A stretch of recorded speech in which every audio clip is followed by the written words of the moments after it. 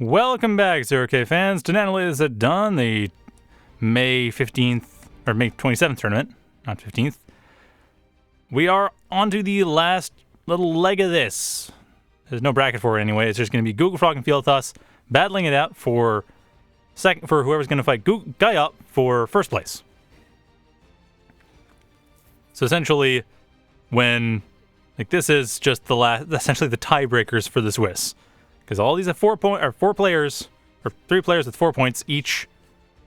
But Guy Up has the better Buchholz score, so it works.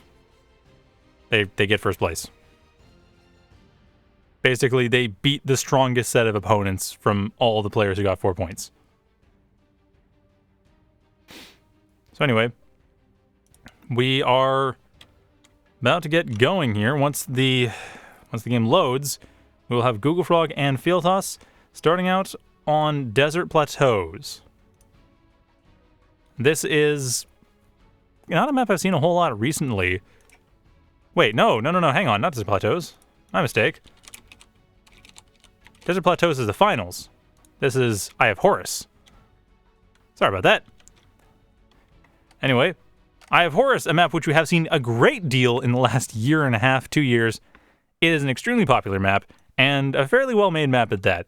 GoogleFrog is going to be going for light vehicles. Not sure if Fealthas is going to go for Cloaky bot factory. Fealthas tends to be comfy with Cloaky, I've noticed, but they're pretty good with everything. And this map does support basically any bot it supports Cloaky well. I'm not sure if it supports shields well. But yeah, this map is actually surprisingly good for Cloaky bot factory. Just all the choke points and the fact that it isn't as big as it looks. And actually, GoogleFrog is going to do exactly what I'm talking about here. Going for Cloaky themselves because they can. Fealthas, on the other hand, is going to be going for light vehicles.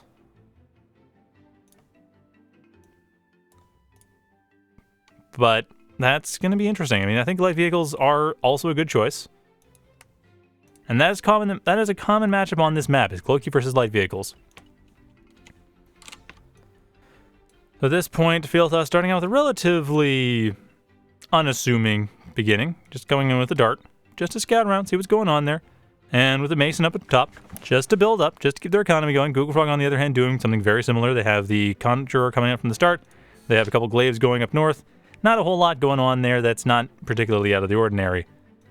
And Fealthas coming around the back, and these darts should be able to get in a little bit of damage. Not likely a whole lot, just enough to shut down a couple solar plants. Otherwise, not a huge deal. Maybe actually enough to get rid of a metal extractor. The GoogleFrog's commander does not have the range on that, so one metal extractor is under some threat. It won't go down in time. Fealthas knows it. Fealthas gets out of the way. And that's the best thing they can do. Darts are not there to kill things. They're there to figure out what's going on. And at this point, Fealthas got a decent amount of information. They know the factory. They know most of the solar plant locations. They know that there's not a whole lot of defenses going on either. And Fealthas, I love this placement. This Lotus placement is such a clear indication that Fealthas knows this map, because it's very frequent that glaives will be sent around the backside of these hills, because they totally can be. Like, the red bits are pathable. It's the purple-white bits that aren't. But yeah, glaives are often sent around the back, up here, going into the main base, and that just ruins your day. Fealthas knows it, is ready for it. GoogleFrog can't do that. That's the one thing that gives Cloaky quite a bit of an advantage on this map, is that the hills are largely bot pathable. There's a lot of little paths that only bots can take, vehicles can't. So while Fealthas does have a bit of a speed advantage when it gets to the heavier units, they don't have that position advantage. GoogleFrog doesn't have to worry about any defenses over to the back. As long as they don't let anything get in there, they don't have to worry about something coming over the hill. All they have to worry about is whether or not they're going to be attacked from the front. Fealthas, however, does have to worry about that, and it did just happen too. That Lotus just came in handy, so Fealthas knew exactly what they were doing, and it paid off. Because they would have lost a couple metal extractors, or at least one metal extractor, possibly two, possibly a couple solar plants. That was essentially, that was the payoff. That was Fealthas getting justified for doing exactly what they did. And is GoogleFrog going in for more? No, GoogleFrog's just patrolling this western side, just to make sure that Fealthas isn't building there without GoogleFrog knowing, or at least without having to fight through GoogleFrog's forces. At this point, though, GoogleFrog is having a bit of a harder time. This Scorcher here should go down shortly, but it's managed to deal quite a bit of damage. Not enough that GoogleFrog doesn't win the attrition war, though. Not this early on. I mean, it's a bit hard to say. This is such an even match at this point that I'm not going to really call it one way or the other. The one thing that GoogleFrog does have right now is a position to know when Fealthas is expanding. Fealthas, they know if the western side is being expanded to. The southeastern side, though, not a whole lot's been set up there that Fealthas can use to get more knowledge. And Fealthas, on the other hand, hasn't really expanded beyond their main base. They've expanded into the center, which can work and, I mean, is not that unsafe. They actually have quite a few defenses around there. It's going to be impossible for the glaives to get in. But they haven't really expanded around to the theoretically safer areas. Which is interesting. We've actually seen quite a bit of it this tournament where the theoretically safe choice of near your base, around the back of the map, or on the corners or edges, it's not what the winning players are going for. It's not what the strongest of the player having an economic advantage is going for. They're going for the center. They want to have that frontal assault. They want to have a fire base. They want to have stuff near their commander, near their mainline units, and use that to help defend, rather than have stuff in the back with static defenses and hope that their opponents don't get in there. Because right now, Fealthas doesn't really have a position where they can control, say, the front line across here, and then use that as a buffer zone for the back line. Like, this area here is just as undefended as this area up front. The only difference is the area up front has their commander there, and that's where their units are going through. Whereas the areas to the sides are basically just either going to be garrisoned by static defenses, or they're going to be undefended at all. Like, there's going to be left naked. Neither of those are great options. Whereas in the front, that's where military units are going to be, because they need to go through there in order to get to their opponent. And the commander's going to be there right now, and that does a good job defending things. And around the back, though, Tick being used to just completely stuff a Scorcher Assault that could have actually been, that would have been a major hassle. Not like game-winning, but that would have gotten rid of a metal extractor or two, maybe a couple solar plants. It would have threatened the factory, but with all these glaives nearby, it wouldn't have been enough, though it could have killed a lot of the glaives in the process. Had that happened, the factory would have been threatened. Not significantly, though. That's not what Fealthas would have targeted. They would have targeted the metal extractors and the solar plants. They would not have gone for the factory unless they had nothing else to kill. But, well-placed Tick made that not at all an issue. Still, though, Fealthas does have an economic or military advantage. They are right now... Oops. Right now, they are doing all right. I mean, they've got roughly the same metal produced. GoogleFrog, however, excessing, and that is making a bit of a difference in how much metal is actually being used. And that's making a significant and direct difference to the amount of units available, because that's the only thing that's really making a difference. Both GoogleFrog and Fealthas have destroyed about the same metal value worth of units. So GoogleFrog's excessing right now is causing a roughly 1,000 metal difference in terms of army value. Or sorry, roughly 600 metal difference in terms of army value. It's like, that is this chunk of units right here. That's roughly the difference between GoogleFrog and Fealthas' armies right now. Or this chunk of glaives. Actually, almost the entirety of all the glaives that GoogleFrog has. That could be doubled had that excess not happened. And actually, we're still in the middle of the excessing. I don't know why. I guess, oh, I do know why, never mind. Because of the power. Power requirements, that's the main problem. Of course, that being said, there's also not a whole lot of production into the factories, and I don't see any additional factories for GoogleFrog because I'm not looking up in the northern side of the map where there is a proxy gunship plant. That is GoogleFrog's plan here. Throw in gunships, hit things from above, assume the crashes aren't going to be built yet, although slashers are built, so I don't know what the real end game is here, because banshees aren't going to work especially well. Rapiers might work okay, but only if they're careful. Something like a crow might work, but I don't know. That still seems weird. And GoogleFrog could very well lose... they are going to lose all these glaives for basically no cost whatsoever. Fealthas taking advantage of that. Well, attrition-wise, they're getting a massive advantage. And right now, they are doing quite well. I mean, they've taken this northeast side with very little resistance, and then now the west side as well is going to go to them. Now that they can safely take it, they're taking it. They have buffer zones at the front lines. So why not? And indeed, why not? That's a great idea. Now that the gunship plant's done, it looks like that's not even going to be used for much. Oh, I see. It's being used for a drop. That makes sense. So we're seeing a warrior drop coming up here. And that's not a bad idea, but GoogleFrog still doesn't have a whole lot of metal coming in. If they had had more caretakers coming up in the front, they'd have a much easier time with this. But right now, their unit value is behind by almost 2,000 metal worth of units. That would double the amount of units they're going to drop in here. More than double, actually. That would have tripled it. On top of whatever else they would have built. They are finally getting rid of their excess, but the advantage difference is significant. And only 1,000 of it is from Fealthas killing GoogleFrog. Most of it is from GoogleFrog excessing. So if GoogleFrog's able to get an attrition advantage roughly about 1,200, they should be even again. But I don't know if that's going to happen. These Banshees are making a valiant effort. They're going around the back. They're going to be able to get rid of a few metal extractors. That could still do the trick. But it's not necessarily going to. However, here's the drop. There's not a whole lot that's going to actually fight it too effectively, although it's...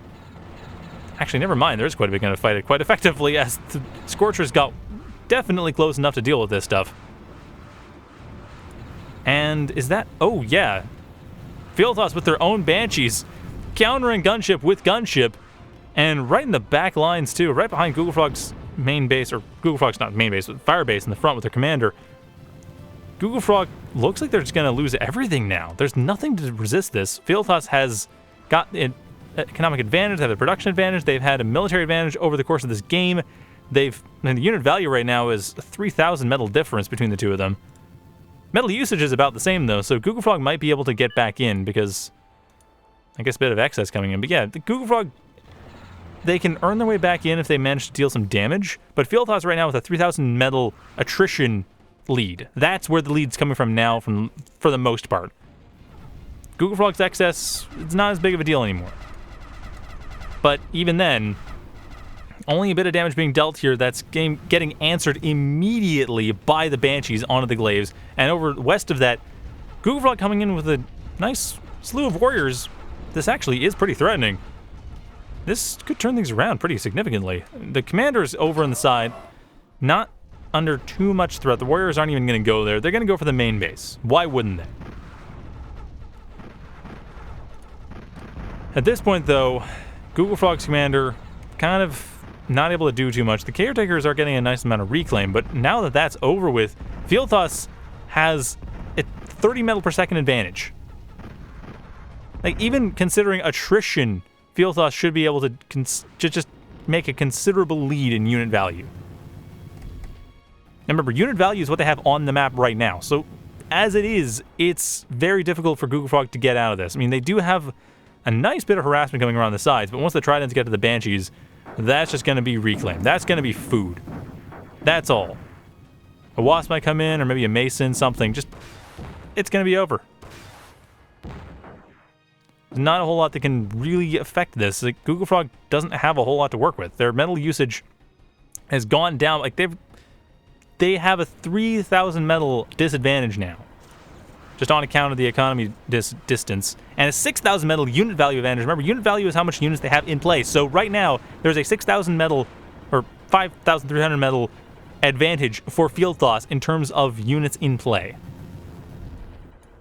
And on top of the fact that Fealthas is just having a field day with these Banshees. Like, they have no problems whatsoever dealing with these Banshees. So this, like, the only thing right now is Fealthas is leaving these things idle when there's 3 completely open metal extractors that could be killed right away. That's about it. Oh, I see. Pointing out that Fealthas doesn't have any defenses in their base. No, they don't. They are relying entirely on frontline stuff. And that's working out fine because GoogleFrog is getting distracted by these Ravagers and by frontal assaults, and GoogleFrog doesn't really know there's no defenses in the backside. If they knew, they might go for it, but even then, they just get hit by a counterattack. Like, this Zeus drop here is not a bad idea just because there's not much else they can do.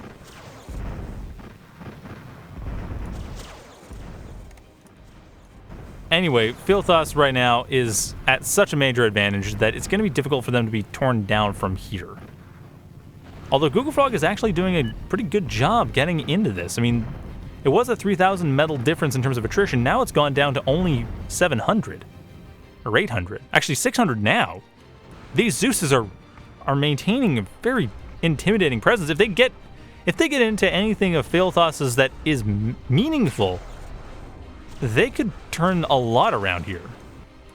Especially with the 2 Ravagers having gone down, there's not a whole lot right now that GoogleFrog has that Fealthas can really deal with. I mean, Fealthas has a lot of money, but they spend most of it on the Dante right now, so... I mean, that was 3,000 metal. That was roughly the advantage they had economically before, and they still have it. It's still growing since then. I mean, right now it's probably up to, what, 6,000? Yeah, somewhere around there. 8,000 now, actually. So it's still a significant advantage for Fealthas, but GoogleFrog is able to break part of the front line, and as was pointed out prior, there are no significant defenses beyond what was in the very front lines. I mean, the Zeuses are having a bit of a difficult time maintaining a presence, but it's not that hard. And they should be dropped in anywhere, really. They can be dropped in wherever they'd like to be. Not a whole lot that's going to stop them. The Brawlers are doing a fine job keeping them at bay, but beyond that, there's not a whole lot. The only problem for them, really, is that the Valkyries aren't being used in a way that allows them to survive, and they aren't being used to drop into the back lines. If they dropped into the back lines, that probably would seal the deal, or at least help GoogleFrog turn the game around, but as it is, GoogleFrog's frontal assaults aren't actually accomplishing a huge amount. Actually, come to think of it, right now, 10,000 metal difference between the use and almost double the army size for Fealthas, or army value for Fealthas. And there's the Dante coming in. This might be it. I think GoogleFrog's going to throw in the towel at this point. They don't have a whole lot to deal with this, and their main frontal fire base was their trump card. They really didn't have much else. Like, their main base, yeah, was producing a fair amount, but even then, it's only doing 30 metal per second. They clearly had their sights on this frontal base. That's no longer there. And the Zeus is coming in, will try what they can, but they're being torn to pieces before they even manage to hit the ground. The Valkyries aren't doing so much better. So there really aren't a lot of options right now, so it should be it. We will be going on to game 2 with Fealthas likely having the 1-win advantage. Yeah, that's it. GoogleFrog throws in the towel, realizes what's going on here. There's not much they can do about it. Because like I said, it just diverged. Midway through the game, Fealthas just got a massive economic advantage. I mean, it didn't help that GoogleFrog excess. That early excess, that probably set up GoogleFrog to fail. I mean, that, like I said, they would have had twice as many glaives. That could have allowed them to defend more sides or just deal with an army coming in as Scorchers. I mean, there was a few tactical errors as well, which did put GoogleFrog into such a position that they basically had no other options but to die. I liked the drops, but I think they should have gone for it. Like, it's one of those things where I kind of get why you'd go for the Valkyries, because that is going to give you a strong position to put your units wherever you'd like them to be. But that is one of those things where you kind of do it to drop. Like, you do it to drop into their base. Like, you don't expect their base is that heavily defended. You drop into their base, or you might expect it is, but you might just double check and see what happens. Drop it into their base, and in this case, it would have torn Fealthas to shreds. They would have had to spend a couple minutes rebuilding. That would have given GoogleFrog loads of time to get their armies in order and to be able to basically get back in the game. But that didn't happen. So we're moving on to game 2 with Fealthas getting the first win and GoogleFrog choosing the map. So, not sure how that's going to go. I expect we're going to see something a little bit more... Actually, I don't know what we'll see, because this is not a bad map for GoogleFrog. I actually don't know what they'd go for right now. I think they would probably go for Red Comet or something like that, but... No, actually, no. GoogleFrog is a bit less of an economic player than I'm thinking right now. I'm approaching this the wrong way. They're not going to go for something like that. They're going to go for something a little bit more... What's the word?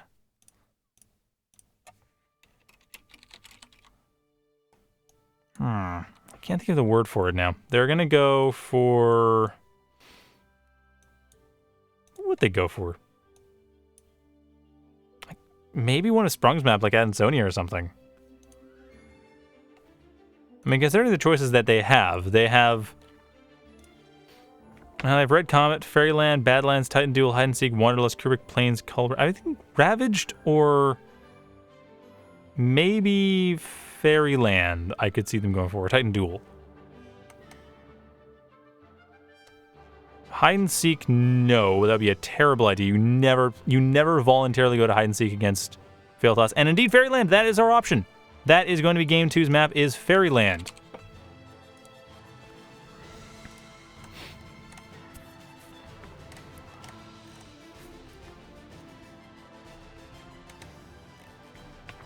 I'm not surprised at all. This is a bit of a smaller, more choke point oriented map, and that is what I figure GoogleFrog would go for. Because, like I said, GoogleFrog is a bit more of a micro player, and Fealthas is much more of a macro player. We saw that in that map. GoogleFrog and Fealthas maintained some even presence, but GoogleFrog got into a bit of an excess problem, and then that just snowballed. Whereas on Fairyland, it's going to be a lot easier to get the GoogleFrog micro style going.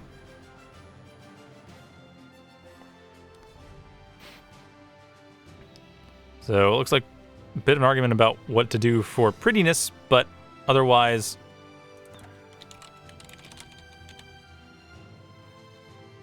we are probably going to get going right now. So yeah, this is going to be interesting.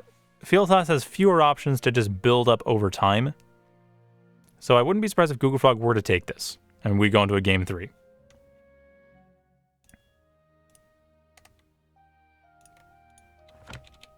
But I also really don't know, because this is still a matter of whether or not GoogleFrog is able to maintain this position that makes the micromaps work. It's not a trivial problem. Like, it is still a question of macro rather, still a question of economy. This map still does have a lot of metal spots. Fealthas could still quite easily get an advantage and snowball from there. Also, GoogleFrog going for light vehicles, which is going to make it very difficult to go into Fealthas' base. Not impossible, just with the slowdowns that you get uphill, it is going to be harder. Fealthas, on the other hand, going for Cloaky Bot Factory, which is more in line with what I'd expect on this map. Where is the... there it is. Yeah, so just to point out, this is pathing. It's not much slower, but it is a bit slower. Whereas, of course, for bots, there's basically no difference. Now, at this point, it looks like GoogleFrog might actually be starting out with a little bit more of an economy focus, getting, as usual, the early Mason. And Fealthas already with an early Conjurer, possibly a couple early Conjurers. Actually, yeah, definitely a couple early Conjurers. Once the Glaives are done building, we will see Conjurers coming up.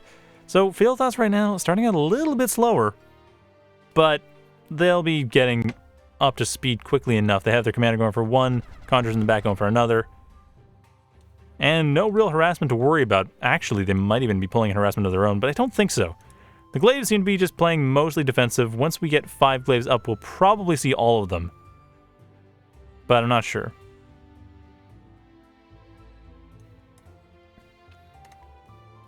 At any rate, GoogleFrog is taking advantage of their early advantage, maintaining it, pressing it quite a little bit economically. It's one of those things that's hard to tell until you get into about the 5-minute mark, when you really see how much the economy matters. Because at this point, there's a lot more of a tactical game. Like, this early in the game, it's a matter of whether or not your units die. It's not so much a matter of whether or not you have so much more money. That does matter. It just doesn't matter as much yet. Because the amount of money you get, the amount of money you're likely to spend on units in any short amount of time, like a couple minutes, could be destroyed in one bad battle. GoogleFrog, however, going pretty heavily on the slashers, which, I mean, you're seeing in the chat is assuming a slasher rush. I expect just defensives. I expect GoogleFrog's actually playing it a little bit more macro.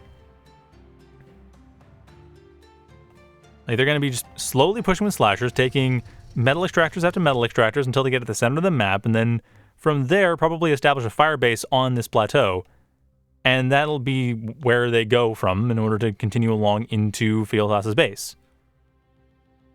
The dart's doing what they can, and actually, that dart is such a good position. I mean, that was the only timing it had. It can't go for this anymore. This Conjurer is fine. It won't die, but if that dart had gone in just a little bit sooner, it could have killed the Conjurer. I don't know where GoogleFrog's hesitance came from there. At any rate, Slasher onto the plateau. They're going a little bit faster than I expected. Maybe we are seeing a rush. And yeah, we are definitely seeing a short attack coming in onto the front lines, stopping Fealthas from being too reckless. But it might not be enough, and I don't think it will be, actually. The Glaives coming forward with Fealthas as support. This is going to be death to slashers. It's a nice try, and we'll be able to get rid of a couple Glaives, but GoogleFrog losing that attrition battle hard. Going from what would have been a possible hard push candidate into a defensive maneuver, and all they can really do right now is just hold what they have. Because Fealthas could come in with like 7 Glaives at this point.